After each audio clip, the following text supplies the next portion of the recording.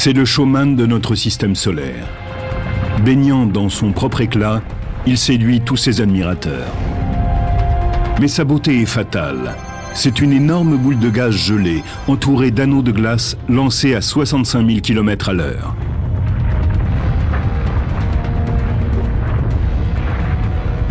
Le climat y est très violent. Une tempête polaire y souffle sur un territoire plus vaste que les États-Unis. Les conditions météorologiques de Saturne sont parmi les plus rudes du système solaire. La foudre y est 1 million de fois plus puissante que sur Terre. Mais ces lunes sont encore plus énigmatiques. Les geysers sur Encelade sont des éruptions de vapeur d'eau qui montent à des centaines de kilomètres de haut, en raison de la gravité beaucoup plus faible et parce qu'il n'y a pas d'atmosphère. Une de ces lunes a une atmosphère, des océans et des montagnes. La vie pourrait-elle exister sur un de ces satellites? Saturne, le seigneur des anneaux.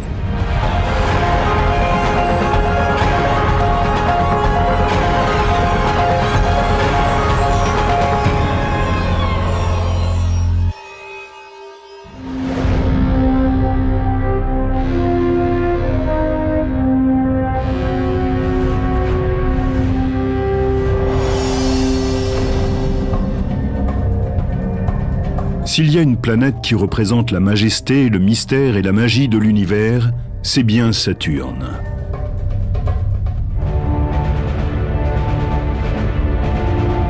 Elle ne laisse personne indifférent.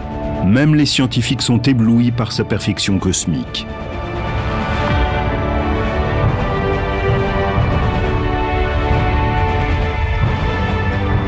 Il faut reconnaître que Saturne est la plus belle chose qui soit. C'est ma planète favorite depuis que je l'ai vue à travers un télescope. Alors qu'elle semble endormie et sereine, la 6e planète du Soleil ne l'est pas du tout.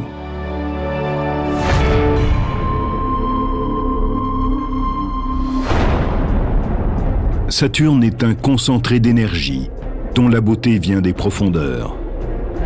Saturne est absolument glacial. Personne ne veut y aller parce qu'on ne peut pas s'y poser. Donc on tomberait, mais en plus, on y gèlerait instantanément. Saturne est un amas d'hydrogène et d'hélium, déformé par la rotation autour de son axe.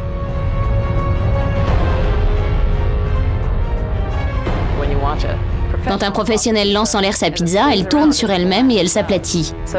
On a quelque chose de similaire avec Saturne. Il tourne si rapidement sur lui-même qu'il s'écrase, en gardant une bosse au milieu. On appelle cette forme une ellipsoïde aplatie.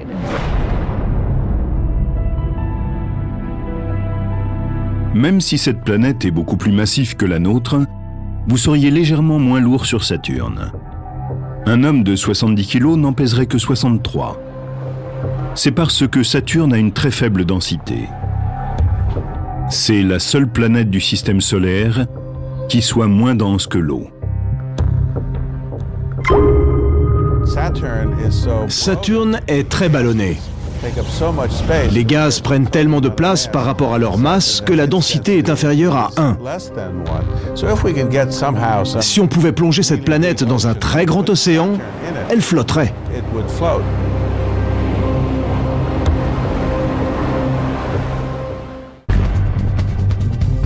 C'est la 2e plus grande planète de notre système solaire, un géant de gaz.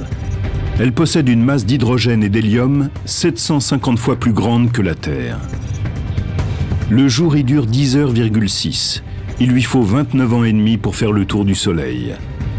Enfin, on lui connaît 48 lunes.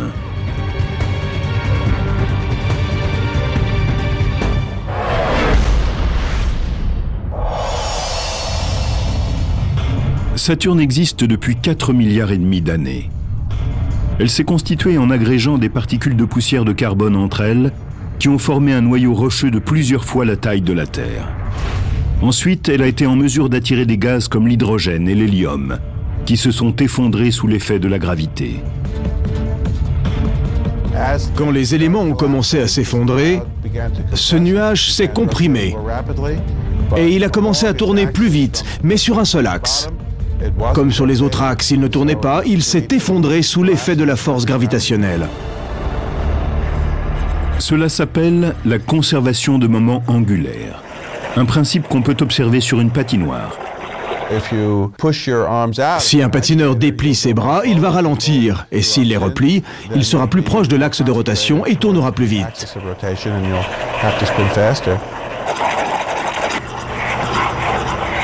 C'est ce qui se passe pour une planète quand elle se condense. Saturne, pendant sa rotation, est sorti de ce disque qui s'est condensé. Ce sont ces anneaux majestueux et chatoyants qui ont fait de Saturne la planète emblématique de notre système solaire. Ils sont immenses et mesurent 278 000 km de diamètre, soit 21 fois celui de la Terre. Une fusée lancée à grande vitesse mettrait 2 jours pour aller d'un côté à l'autre de ces anneaux. Ils sont immenses. Et ils sont aussi extrêmement minces. Ils ne mesurent que 20 mètres d'épaisseur. De côté, ils disparaissent quasiment.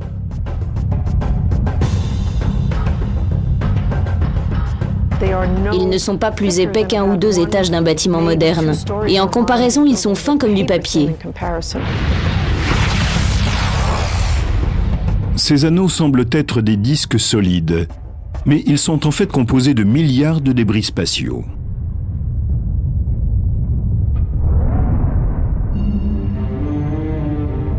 Quelle est leur composition exacte? Ils sont formés d'innombrables morceaux de glace qui varient de la taille d'une maison à celle d'un flocon de neige poudreuse sur laquelle vous aimez skier.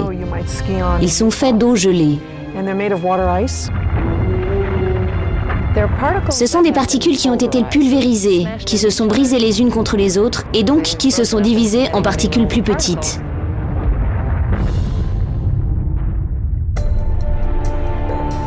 À l'intérieur de ces anneaux, c'est comme dans une ruche, il y en a partout, comme des abeilles groues dans un essaim.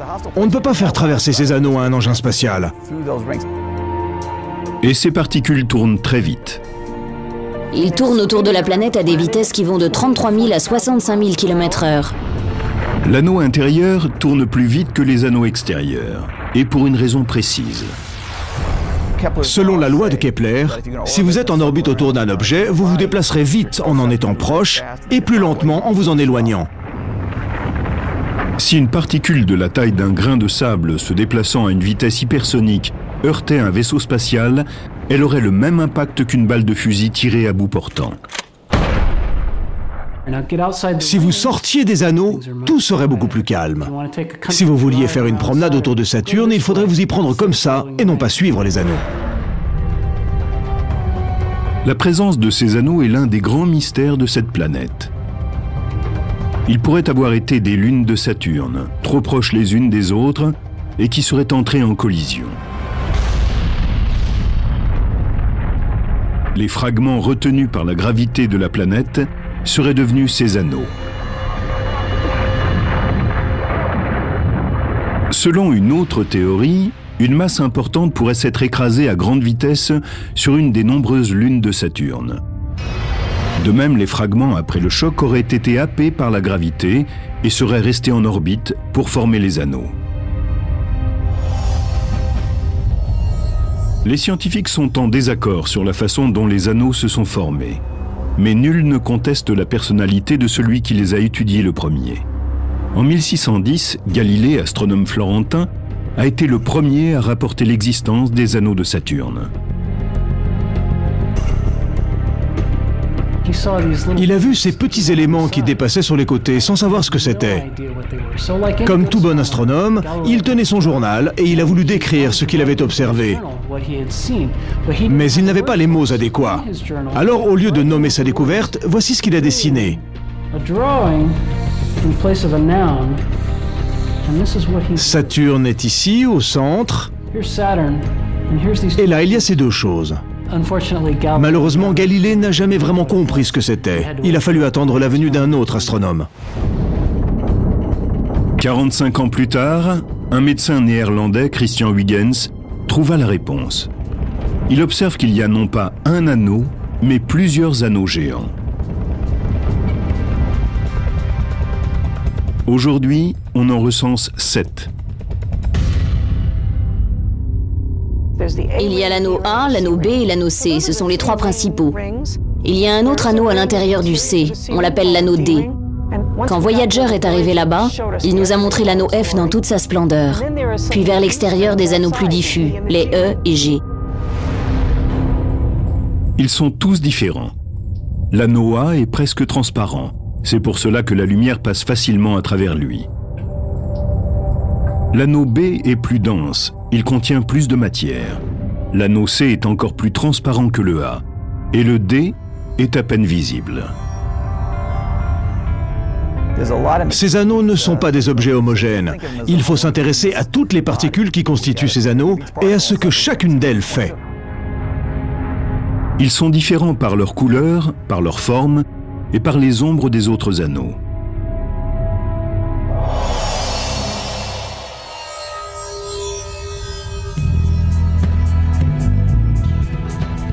On ne peut pas les voir tous à cause du Soleil. Ils brillent comme notre Lune en réfléchissant la lumière du Soleil. On appelle ce phénomène un clair d'anneau. Imaginez que vous êtes sur le côté obscur de Saturne et que vous regardez le ciel complètement recouvert par les anneaux. Ils sont beaucoup plus lumineux que la pleine Lune vue de la Terre. Ils étincellent, ils brillent, parce qu'ils sont en grande partie constitués de particules de glace, matière qui réfléchit bien la lumière du Soleil. Pourtant, ces merveilles scintillantes de notre système solaire ne seront pas éternelles. Certains scientifiques se demandent quand elles disparaîtront.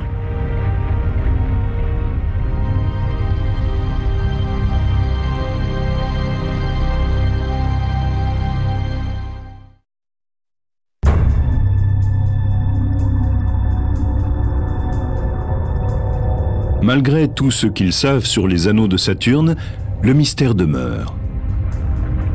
La date de leur apparition fait l'objet de nombreux débats. Certains spécialistes pensent que les anneaux se sont formés en même temps que Saturne, il y a 4,5 milliards d'années. Nous ne comprenons pas ce qui assure la cohésion de ces anneaux. Nous pouvons juste estimer qu'ils existeront encore que quelques centaines de millions d'années. Mais quelque chose cloche dans cette thèse.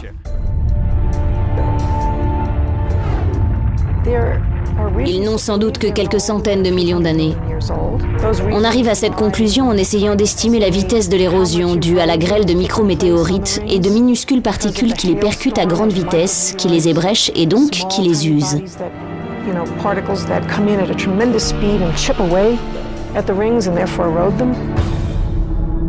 Neptune, Uranus et Jupiter possèdent également des anneaux, mais plus petits. Ceux de Saturne sont lumineux. Et pour de nombreux scientifiques, c'est parce qu'ils n'ont pas été longtemps exposés à l'érosion. Ils seraient relativement récents. L'érosion va-t-elle progressivement avoir raison des plus beaux atours de Saturne ?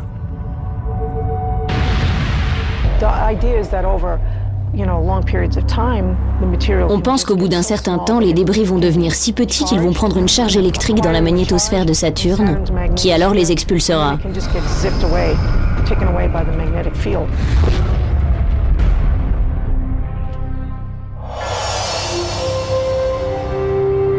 À moins qu'ils ne finissent par s'intégrer à Saturne. Selon ce scénario, ils disparaîtraient sous l'effet de l'érosion. Pour que les anneaux de Saturne perdurent, il faut qu'ils soient réapprovisionnés en matière. À l'heure actuelle, Saturne a de très grands anneaux, mais leur stock de matière doit être reconstitué. Paradoxalement, il faudrait une agression pour cela. Ils pourraient être réapprovisionnés par une comète qui viendrait s'écraser sur eux et dont ils prendraient la masse. Ce type de thèse est encore très discuté. La date de leur disparition est également le sujet de nombreux débats. Ce sera dans des centaines de millions d'années, peut-être des milliards, nous ne le savons pas. C'est actuellement l'objet d'un débat. Pour certains, les anneaux sont jeunes et ils vont mourir prématurément. Pour d'autres, ils sont vieux et ils vont exister très très longtemps.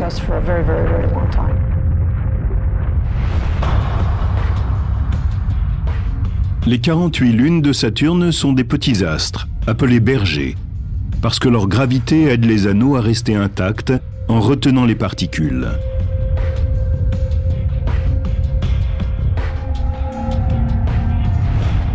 Les spécialistes de Saturne s'intéressent à la chorégraphie complexe entre ses lunes et ses anneaux. L'anneau F, très tordu, est particulièrement intrigant. Il y a 2 satellites bergers de part et d'autre de la planète, Prométhée et Pandore.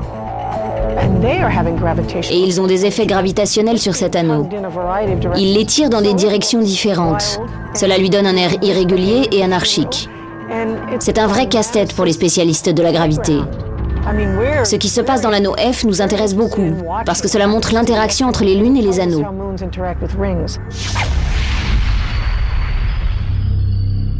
Saturne fascinait déjà l'humanité 7 siècles avant Jésus-Christ. Les Assyriens avaient remarqué sa lueur, loin dans le ciel. Des centaines d'années plus tard, les Grecs lui donnent le nom de Chronos, dieu des récoltes, peut-être à cause de sa position dans le ciel pendant la saison des moissons. Saturnéus est le dieu romain de l'agriculture et aujourd'hui encore le nom de la planète. Un jour de la semaine lui doit également son nom en anglais, le samedi, Saturday. Mais si les Romains l'avaient vu de plus près, ils lui auraient sûrement donné le nom du dieu du climat.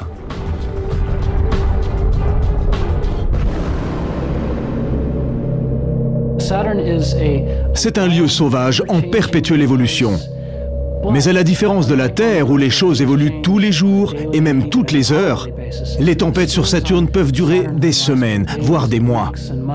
Tout y change à grande échelle, très lentement.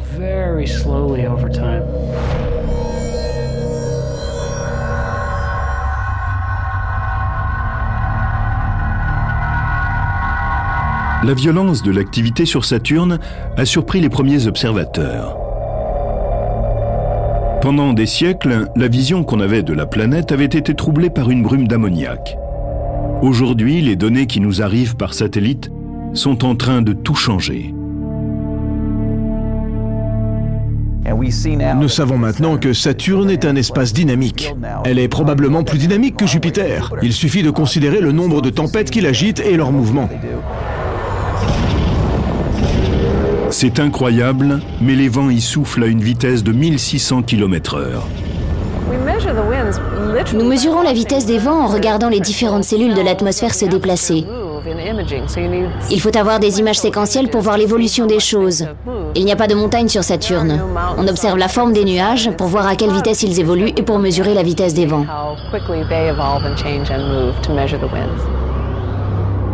De récentes explorations ont montré l'existence d'autres phénomènes encore incompréhensibles. On voit des formes, des nuages, des tourbillons, de grands panaches comme sur Jupiter. Et on voit aussi ces tempêtes de forme ovale. Elles sont nombreuses, en particulier à une latitude de l'hémisphère sud. Elles glissent autour de cette bande. Nous en avons vu naître, nous en avons vu mourir en se résorbant. Des scientifiques ont surnommé cette région le boulevard des tempêtes, comme une région du Midwest américain aux conditions météorologiques violentes. Il y aurait aussi des éclairs sur Saturne. Mais personne ne les a vus. Il y a une raison technique à cela. Pour voir les éclairs, il faut aller du côté obscur. Car comme les éclairs ne sont guère brillants, il faut qu'ils fassent sombre. Or, le côté obscur de Saturne est très lumineux à cause des anneaux qui l'éclairent. Cela fait qu'il est très difficile de voir la foudre dans les nuages cotonneux. Le climat infernal sur Saturne est très étonnant. C'est un véritable monstre. L'une des tempêtes les plus effrayantes de Saturne a été découverte à son pôle sud et elle ressemble à un ouragan. À l'heure actuelle, elle couvre une surface plus vaste que les États-Unis. La grande tache rouge de Jupiter ressemble plus ou moins à un cyclone, mais elle n'a pas d'œil. La tempête du pôle Sud présente davantage les caractéristiques d'un ouragan terrestre, y compris le fameux œil. C'est le seul ouragan connu à ce jour sur une autre planète que la Terre.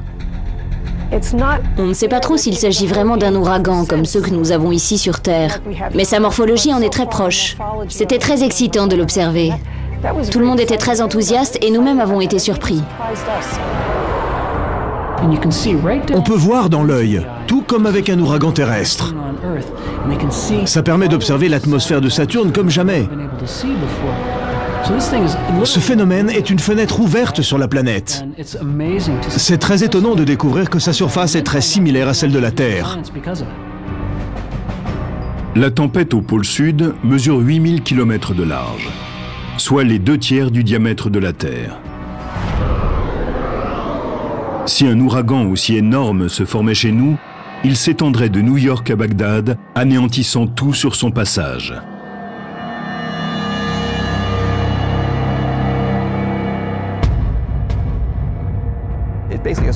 C'est un tourbillon d'air centré autour de son œil et entouré par un mur de vent.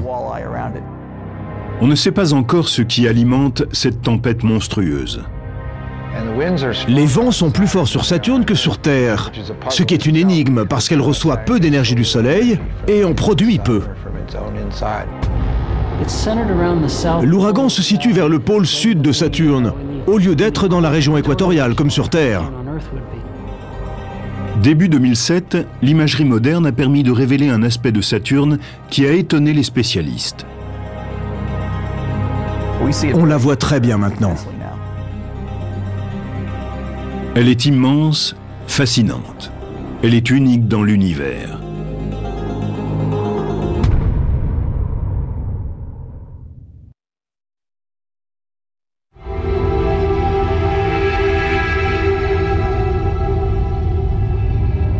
Saturne est la planète la plus étrange du système solaire. Et sa beauté rehausse son mystère. En 1979, le vaisseau spatial Voyager a révélé l'existence d'une forme parfaitement géométrique au pôle Nord. En octobre 2006, la sonde Cassini a constaté que cette forme était toujours là. C'est quelque chose de bizarre et qui reste là. Ça ne se déplace pas sur la planète. Il y a un hexagone sur le pôle, un polygone à 6 côtés qui l'entoure à environ 78 degrés de latitude nord. Et cela s'obstine à rester là.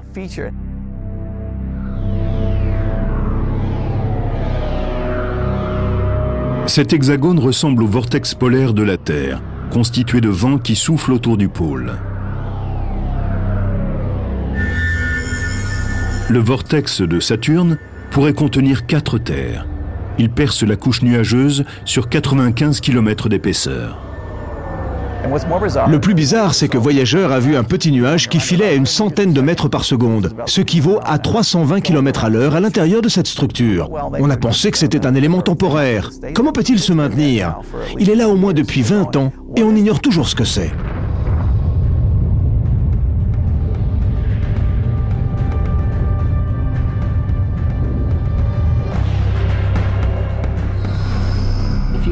Pour y aller, il faudrait pénétrer ces nuages épais. Et plus on descendrait, plus la pression serait intense jusqu'au moment où on imploserait. On ne pourrait pas aller plus loin avec un engin spatial.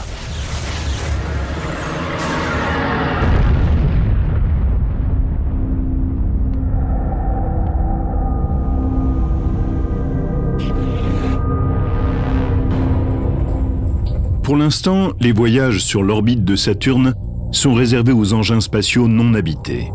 Mais on peut s'aventurer sur une des 48 lunes qui tournent autour de la planète. Ce qui nous intéresse, c'est de comprendre pourquoi les lunes se trouvent là et quelle est leur fonction. Nous sommes déjà allés sur l'une d'entre elles. Titan est la seule autre lune que la nôtre à avoir été explorée. Cet événement a été plus qu'important. Le 14 janvier 2005, la science-fiction est devenue réalité. dans le cadre de la mission Cassini, la sonde sans pilote Huygens s'est posée sur la surface de la plus grande lune de Saturne. Titan est à la hauteur de son nom. Il fait la taille de Mercure. En fait, c'est la deuxième plus grande lune du système solaire. Elle est une demi-fois plus grande que notre lune.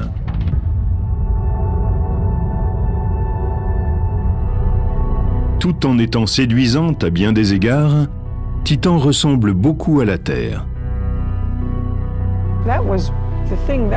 Ce qui m'a frappé, c'est à quel point la surface de Titan ressemblait à celle de la Terre.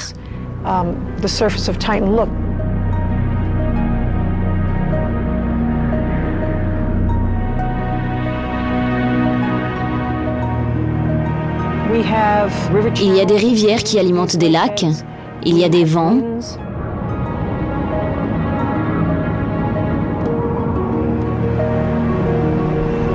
Et à d'autres endroits, des dunes.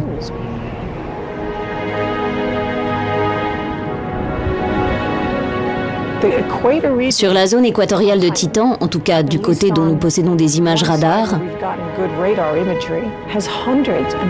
il y a des centaines et des centaines de kilomètres de dunes, de 100 mètres de haut, plusieurs kilomètres de large. C'est une vaste mer de dunes.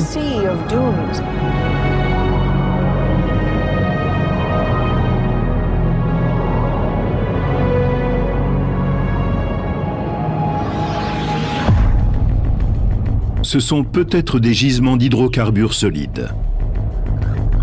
On n'était pas sûr que la sonde puisse atterrir sur une surface solide ou liquide. Elle s'est enfoncée dans une sorte de pudding, une matière mi-liquide, mi-solide.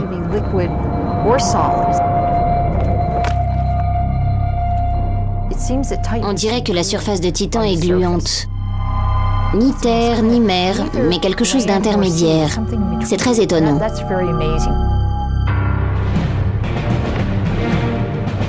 Mais Titan a une atmosphère, comme la Terre. Aucune autre lune de notre système solaire n'en possède.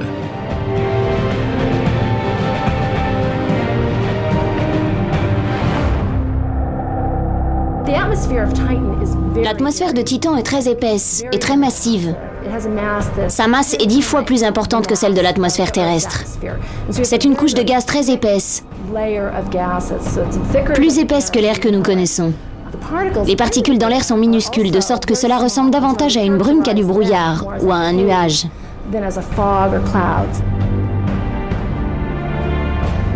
Cette brume mesure plus de 300 km d'épaisseur.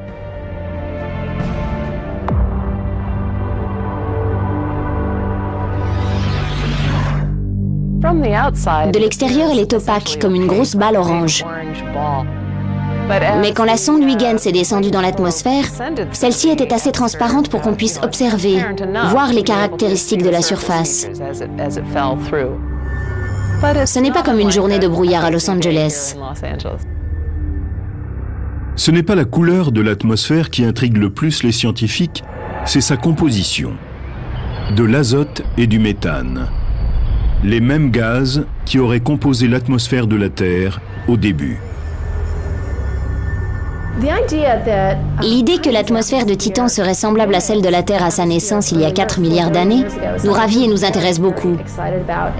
C'est l'une des choses que nous étudions de près dans notre laboratoire. À l'Université du Colorado, le docteur Margaret Tolbert simule l'atmosphère de Titan dans son laboratoire. Celle-ci pourrait-elle contenir les ingrédients nécessaires à la vie? On essaie de simuler les réactions chimiques à l'intérieur de cette atmosphère qui est plus une brume, d'après moi. Nous avons ici une chambre de réaction et dedans de l'azote et du méthane, les deux composantes majeures de l'atmosphère de Titan. Nous mettons cela sous une lampe qui va simuler la lumière du soleil frappant l'atmosphère de Titan. C'est incroyable, mais l'expérience de Margaret Tolbert a montré que lorsque l'atmosphère de Titan est stimulée par la lumière, elle commence à produire des composés organiques. Pour les scientifiques qui cherchent les traces de vie hors de notre planète, cela et fascinant.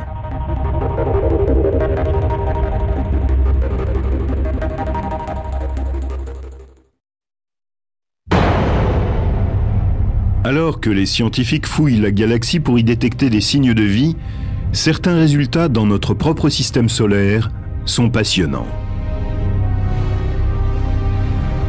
Titan, la lune de Saturne, semble rassembler les conditions requises. À l'Université du Colorado, des expériences ont montré que lorsque la lumière solaire entre en interaction avec l'atmosphère riche en méthane et en azote de Titan, des composés organiques se forment. Ces matières organiques flottent à la surface de Titan. Vous pouvez les voir sur les photos. Et qui sait ce qu'elles vont produire? Elles pourraient fournir de l'énergie à une nouvelle forme de vie.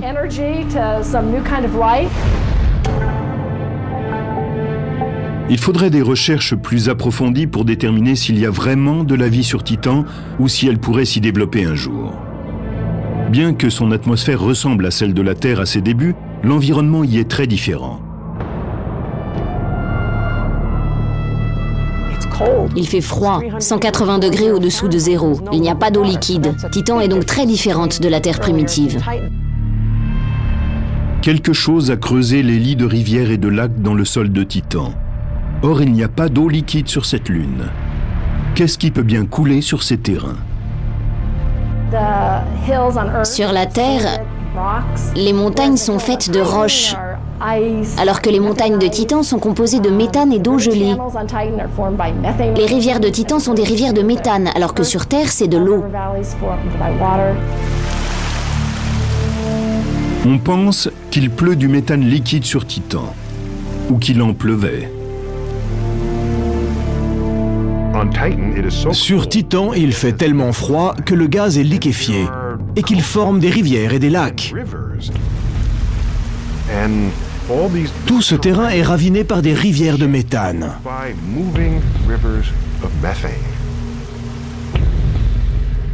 C'est vraiment très intriguant. Le méthane est le principal composant du gaz naturel, du propane et du butane, qui sont des sources d'énergie. Il y a beaucoup d'hydrocarbures. Il y a de grandes quantités d'hydrocarbures légers sur Titan. Ils brûlent quand ils entrent en contact avec de l'oxygène. Il y a donc beaucoup d'énergie là-bas. Il y en aurait assez sur la surface de cette lune énorme pour subvenir à tous les besoins de la Terre pour très longtemps. Il y a d'énormes gisements de gaz naturel sur Titan. Ce serait génial de pouvoir les exploiter. Mais cela reviendrait sans doute trop cher d'aller chercher ce méthane et de le ramener sur Terre. Il ne pourra jamais servir d'énergie ici.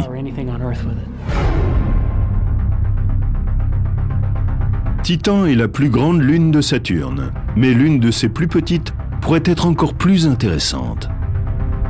C'est une boule de glace et de roches brillantes qui s'appelle Encelade. Elle est toute petite. Elle mesure environ 480 km, soit à peu près 1/8 de la taille de notre propre Lune. Et jusqu'à présent, on n'a jamais vu un si petit objet céleste présenter des signes d'activité. Ces signes d'activité ont été découverts en 2005 par Caroline Porco et son équipe d'imagerie de la mission Cassini. Une photo laisse penser que des sources jaillissent sur Encelade. Selon des membres de mon équipe, il s'agirait en fait de geysers qui résulteraient de la présence de poches d'eau liquide pas très éloignées de surface.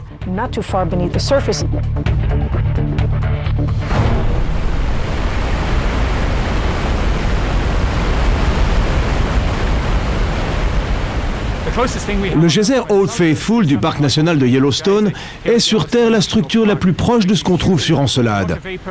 Il expulse de la vapeur d'eau et de l'eau à environ 45 mètres de hauteur.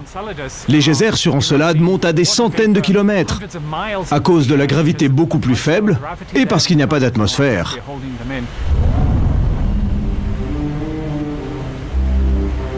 De nombreux geysers ont été découverts, tous dans l'hémisphère sud d'Encelade. Ils sortent de ces grandes fissures qui font environ 220 km de long et qui se répartissent sur une bande de 80 km de large.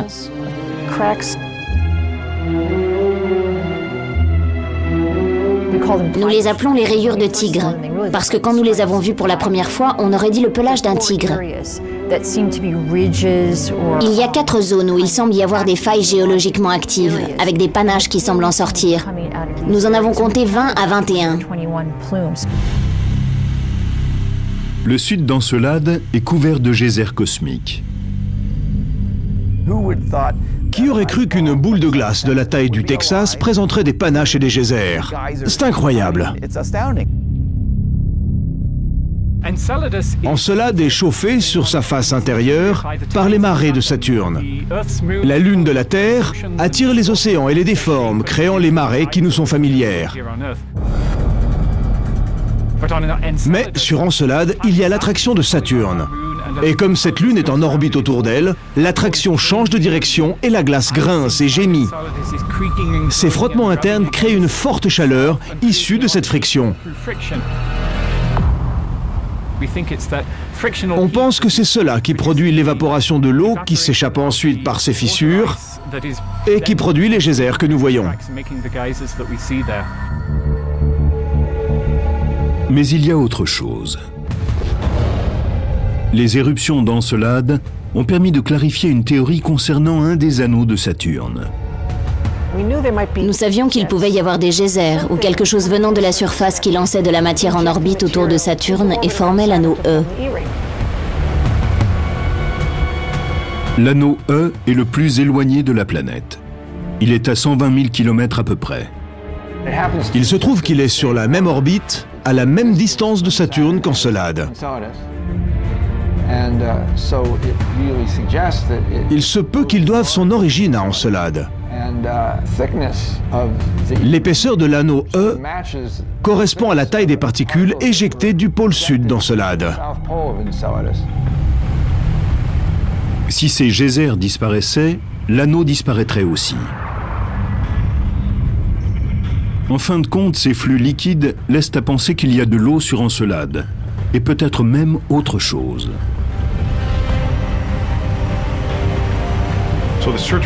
Si on cherche de l'eau, ce n'est pas parce qu'un jour nous risquons d'avoir soif. C'est notre intérêt pour les traces de vie sur d'autres planètes qui nous pousse à chercher de l'eau. C'est aussi simple que cela. On suit d'abord l'eau.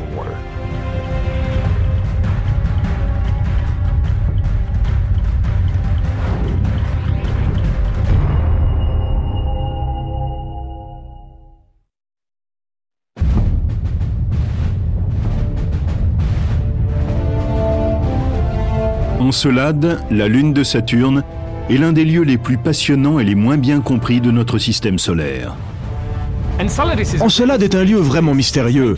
Le plus étrange, et cela a retenu très vite notre attention, c'est qu'elle est très lumineuse. C'est l'objet le plus blanc du système solaire. Nous savons maintenant qu'elle est recouverte de neige fraîchement tombée, de la glace retombée de ces geysers de glace. Et cette glace intéresse tout particulièrement les scientifiques. Les perspectives sont fascinantes.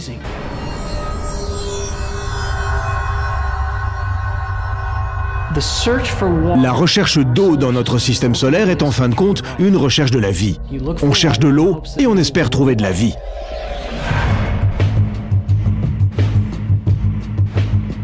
En raison de la présence de cette glace, certains experts pensent que les avancées sur la vie extraterrestre devraient commencer sur Encelade. On y trouve aussi beaucoup d'autres molécules qui montrent qu'il y a ici une chimie aqueuse insoupçonnée. Il y a toute une série de processus chimiques, comme des dissolutions, et peut-être aussi des processus biochimiques. Il faudra les voir. L'exploration planétaire est une sorte de Graal des temps modernes. Nous sommes partis à la recherche d'environnements où la vie pourrait avoir commencé, et nous sommes tombés sur cette lune. C'est passionnant. C'est pour cela que vivent les scientifiques. Nous connaissons la composition des gaz qui en sortent parce que la sonde les a traversés. Il y a du carbone, de l'azote et tous ces éléments nécessaires à la vie. On a aussi une source d'énergie, la chaleur issue des frottements et celle des marées internes. Elle est visible en surface. Tous ces éléments pour entretenir la vie sont présents dès l'instant où elle est née. C'est ce qui fait tout l'intérêt d'Encelade.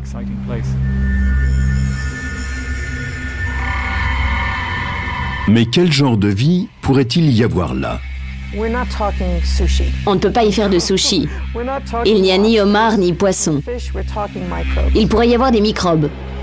Je pense qu'on ne peut pas s'attendre à trouver mieux sur une lune comme Encelade.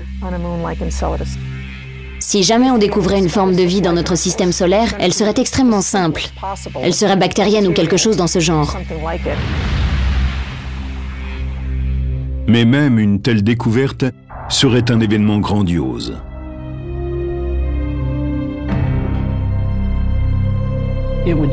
Cela changerait tout ce que nous savons de notre système solaire, de l'univers et de nous-mêmes.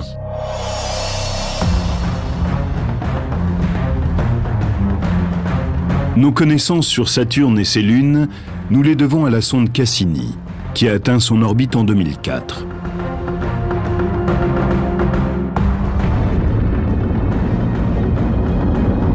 Elle est aujourd'hui quelque part entre les anneaux, les lunes et la planète elle-même. D'ici 2008, elle aura effectué 70 voyages autour de ce géant gazeux. Placer une sonde en orbite autour de la planète, avoir ainsi le temps d'observer un système et ses différents éléments sur une longue période, c'est la meilleure façon de procéder.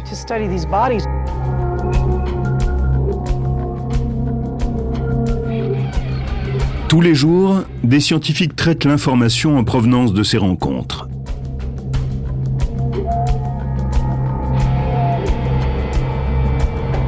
En plus de la caméra, il y a un radar qui envoie des ondes radio à travers les nuages et réceptionne l'écho de la surface pour obtenir une image. Il y a des spectromètres qui mesurent la composition de la planète et des dispositifs infrarouges pour en mesurer la température. C'est un engin spatial très complet.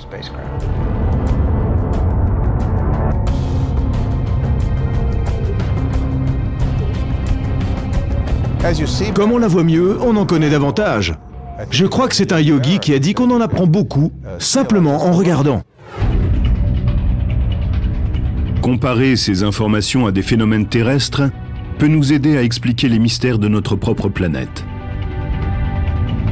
Saturne est très différente de la Terre. Son diamètre est 8 à 9 fois supérieur. Son atmosphère, faite d'hydrogène, est complètement différente de la nôtre. Mais on y rencontre les mêmes phénomènes physiques. Les forces qui contrôlent les conditions météorologiques sur Saturne sont les mêmes que sur Terre. Il fait partie du système solaire et de notre histoire. Comprendre comment notre système solaire s'est formé, c'est aussi comprendre comment je suis arrivé ici. C'est comprendre la nature des autres planètes du système solaire qui sont comme nos voisins. Les nouvelles technologies de la mission Cassini nous apportent des images et des informations comme jamais auparavant. Quand la sonde Cassini arrivera sur Saturne, on pourra déchiffrer certains secrets.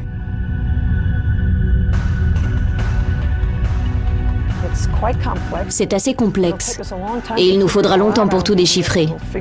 Je ne pense pas que nous y arriverons totalement, mais c'est déjà bien de s'être placé en orbite et d'observer un système planétaire aussi riche que celui de Saturne. La Terre a un environnement. Elle fait partie de l'univers. Et si nous voulons connaître notre place au sein de cet univers, il nous faut étudier autre chose que la Terre. Quelles que soient les découvertes qui ne tarderont pas sur le Seigneur des Anneaux, elles ne peuvent qu'être passionnantes.